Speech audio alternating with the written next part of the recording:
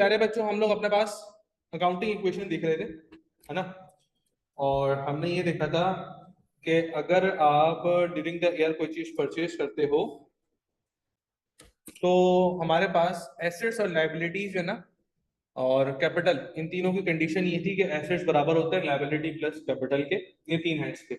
अच्छा सर, अगर कोई खर्चा होता है तो वो ओनर के हिस्से से माइनस होता है, ओनर का हिस्सा कम कर देंगे। अगर कोई चीज का प्रॉफिट होता है तो ओनर का हिस्सा क्या कर देंगे, उसमें बढ़ा देंगे, ठीक है। अच्छा, ये जो आपके सामने मैंने जो वर्डिंग्स लिख के दी ना कि भाई बबलू ने कमिस किया बिजनेस, मोटर व्हीकल परचेज की, इनको बोलते हैं ट्रांजैक्शंस। क्या बोलते हैं?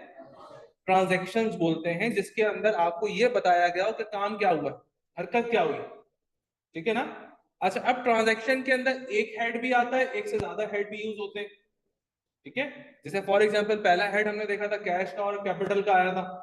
दो चीजें हेड हुई थी, कैश बोले तो एसेट हेड हुआ था, कैपिटल बोले तो इक्विटी हेड हुई थी, सही है ना। दूसरा हेड था हमारे पास, उसमें देखो तीन चीजें आई थी, कौन कौन सी? मोटर व्हीकल भी हेड हुआ था, और उसमें फर्नीचर का इम्पैक्ट भी है, फर्नीचर के ऊपर भी इफेक्ट आ रहा था और कैपिटल के ऊपर भी इफेक्ट आ रहा था, ठीक है। तीसरा हेड हमने देखा इन्वेंट्री और लायबिलिटी, तो एसेट और लायबिलिटी हेड हो रहे थे इस ट्रांजेक्शन के अंदर, ठीक है ना। अच्छा, फिर चौथा हेड हमने देखा किसका? कैश का। और ड्राइंग्स क्या थी? क्या होती है ड्राइंग्स? नहीं नहीं नहीं, वर्ड बोलो, वर्ड वर्ड। ड्राइंग्स क्या है? कॉन्ट्रा अकाउंट है, किसका? कैपिटल का। और एक्चुअल में ड्राइंग की डेफिनेशन क्या है भाई? कि ओनर अगर पर्सनल यूज के लिए कोई चीज बिजनेस से ले ले तो वो कहलाती है ड्राइंग्स। ये बात समझ में आती है? पर्सनल यूज के लिए, बिजनेस के लिए यूज के लिए नहीं, बिजनेस का यूज तो जायज है, पर्सनल यूज ना जायज है, ठीक है। अच्छा, फिर हमने देखी थी एक और ट्रांजेक्शन जिसमें इन्वेंट्री और ड्राइंग्स का हेड आया था, वहां पे भी दो चीजें, मतलब हर ट्रांजेक्शन के अंदर कम से कम दो हेड्स तो इन्वॉल्व होते ही होते हैं एटलीस्ट। ऐसी कोई ट्रांजेक्शन नहीं होती जिसमें एक हेड आए। आ रही बात समझ में? मतलब कोई चीज बढ़ रही होगी, कोई चीज कम हो रही होगी, ऐसा होता ही नहीं होता है। हाँ सर, बिल्कुल ऐसा होता है। अगर मिसाल के तौर पर भाई मेरे एक लाइबिलिटी है और लाइबिलिटी मेरे ऊपर थी कि मैंने एक बंदे के 1 लाख रुपए देने थे, देने थे। अब जब मैंने एक बंदे के 1 लाख में से 50,000 रुपए दे दिए तो मेरे पास से क्या एसेट कम हो गया कैश के नाम पे 50,000 रुपए से? हाँ सर, कैश चला गया। तो एक चीज देखो कम हो गई। अच्छा, दूसरी चीज भी कम हो गई, लाइबिलिटी पहले कितनी थी? 1 लाख, अब लाइबिलिटी कितनी है?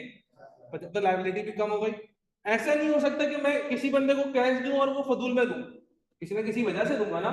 या तो मैंने उसको देने होंगे, या तो उससे लेने होंगे, मैंने कोई सामान खरीदा होगा।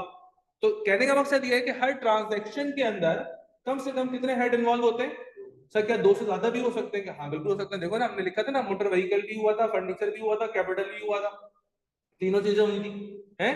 तो सर क्या तीन से ज्यादा भी हो सकते हैं? बिल्कुल, चार हेड भी यूज होते हैं, पांच भी हो गए, वो कॉम्प्लेक्स करते रहेंगे आहिस्ता आहिस्ता, अभी तो सिंपल लगते हैं चीजों को। तो अगर कोई पूछेगा भाई ट्रांजैक्शन के अंदर कम से कम कितने एलिमेंट्स ऑफ अकाउंटिंग इन्वॉल्व होते हैं, तो क्या बोलेंगे? दो। कम से कम दो, एटलीस्ट दो से ज्यादा भी हो सकते हैं, कोई उसमें मसले वाली बात नहीं है।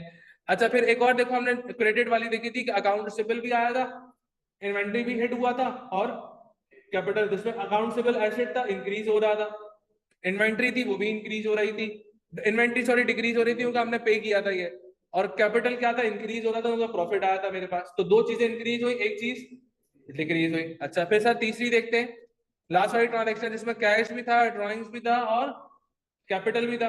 तो कैश क्या था? कम हो रहा था क्योंकि हमने पेमेंट की हुई थी, बिल की पेमेंट की थी। अच्छा सर, ड्रॉइंग्स क्या थी? जो पर्सनल यूज के लिए थी वो बढ़ रहा था, पर्सनल यूज का खर्चा बढ़ रहा था, ठीक है ना। और कैपिटल क्या हो रहा था? कम हो रहा था। तो ये प्लस माइनस आपको समझ में आता ही नहीं आता कि अकाउंट्स के अंदर प्लस माइनस होता रहता है। और इस तरह की चीजें जो लिखी हुई होती है कि हमने क्या हरकत करी, इसको क्या बोलते हैं बेटा? क्या बोलते हैं? ट्रांजैक्शन बोलते हैं। ये बात समझ में आती है?